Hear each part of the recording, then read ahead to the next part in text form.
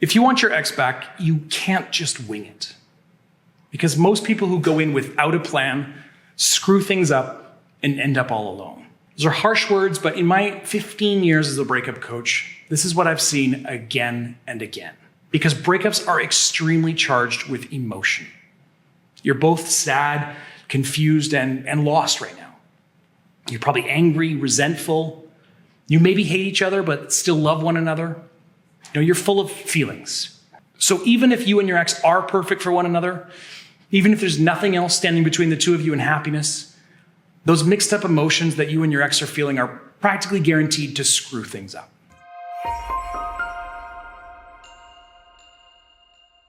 All right, to start, let me give you an example. Say you and your ex broke up 2 weeks ago. You've been talking here and there, but every conversation seems to turn into a fight. You just want them back so bad, and you feel like you need to tell them. So maybe you have a couple drinks for courage, and you show up at their house at 11 p.m., you knock on the door, and when they open, you tell them you miss them, you love them, and you want to get back together. And after a bit of discussion, they tell you no, you can't get back together. Again, things probably erupt into a fight, and you storm off after exchanging some pretty harsh words. From there, you and your ex never reconnect, and even years later, you still think of them as the one who got away. But what if I told you, it didn't have to be that way? You could have turned things around with your ex if you'd handled it differently. In fact, you could have recovered from that argument and still won your ex back. And really, you probably still can. Because your ex didn't say no because they didn't want you back. They said no because you approached them in a very aggressive way while they were going through a lot of emotional turmoil. They said no because you didn't understand their feelings or your own. And you messed it up because you didn't have a plan. So let's talk about what you should do instead. So number one, manage your emotions. If you can't get your emotions under control, then you're going to screw things up with your ex. Now, you don't have to be a robot or anything like that, but you do have to get yourself into a position where you're able to communicate with your ex effectively. This means that you don't break down crying. You don't get angry and lash out, and you don't let your emotions dictate your actions. Because even if you feel that you are stable, your ex is not. They might do all of the things that on that list and more. And that can easily trigger you to do the same. And that will lead to miscommunication and hurt feelings pretty much every time. Now, obviously, you can't control your ex's emotions here, although we'll talk about ways that you can affect them quite a bit, actually, later on in the video. So you need to start with your own feelings first and foremost. And the first tools you have here are time and space. As time passes and you get a little space from the breakup, you're going to start to feel more stable. You can't keep up the same emotional intensity that you have in the first few days or weeks following the breakup. You'll still be sad and lonely, but you'll be more in control. And once you have that control back, you'll be in a much better position to actually speak to your ex again. Now, of course, there are other things you can do to speed up this process and manage your emotions. So first off, staying home and moping does nothing to help the situation, especially after the first day or two following the breakup. If you're serious about getting your ex back, you need to get up, get out of the house, and get back into the world, even if you don't feel like it. Fresh air, exercise, socializing, those all work wonders in this department. So surround yourself with friends and family. Process your emotions by sitting with them and experiencing them. You'll be shocked at how much better you feel after just a month. Let's move on to the second one. Make your ex miss you. It doesn't matter if your ex loves you, you will never get them back unless they miss having you in their life. And the only way to make them miss you is to withdraw from their life suddenly and completely. Because they can't miss you if you're still hanging around, scratching at their door. Now, I know many people are reluctant to withdraw from their ex in this way. Now, they worry that they'll forget about you and just move on. And honestly, in 99% of situations, that could not be further from the truth. In fact, by staying in your ex's life right now, you're actually helping them move on from you faster. Because now they get to interact with you, they don't miss you, and so they feel better than they would if you'd stayed away. And not only that, but because of the breakup, you two no longer have the same relationship.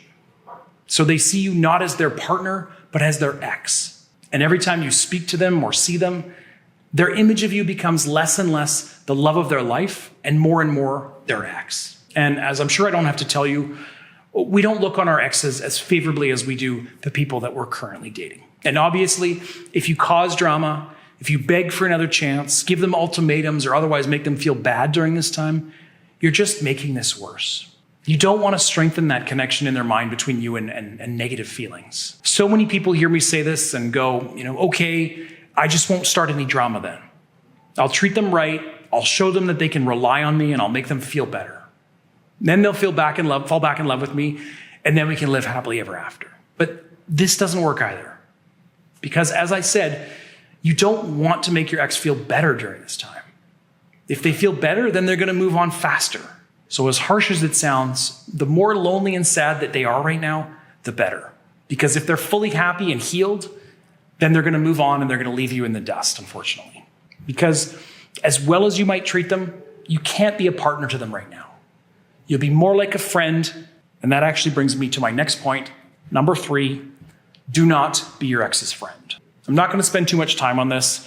I've made a whole video on the topic, which I'll link to in the description below and in the pop-up here. But basically, being friends with your ex is always a bad idea. Obviously, all the stuff that I just said about making your ex miss you applies here too. But on top of that, friendship with your ex always creates problems and pushes you further from the romantic connection in the future. First, you're replacing those feelings of romantic love with feelings of platonic friendship.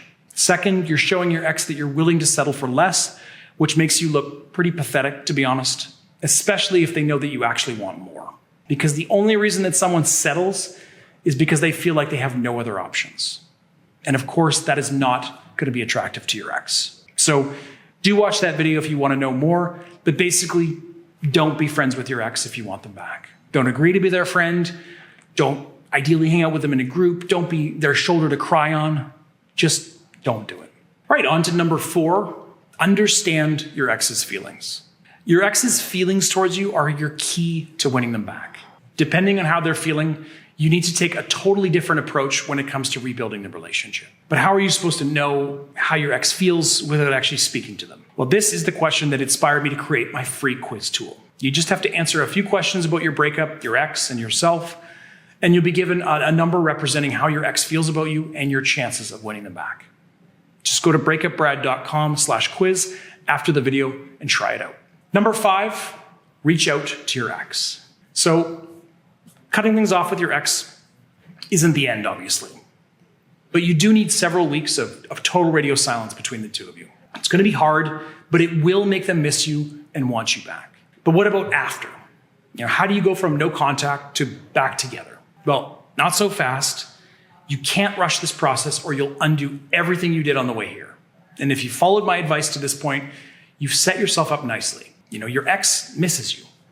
They worry that you're moving on and that they've missed their chance. And meanwhile, you've been improving your life and getting emotionally centered. So don't blow it by coming to your ex on your hands and knees, begging for a second chance. You really want to try to win your ex back your ex's heart the way that you did in the beginning. Because although you obviously know each other now, you can't assume the same level of familiarity and intimacy that you once had. This was lost when you broke up.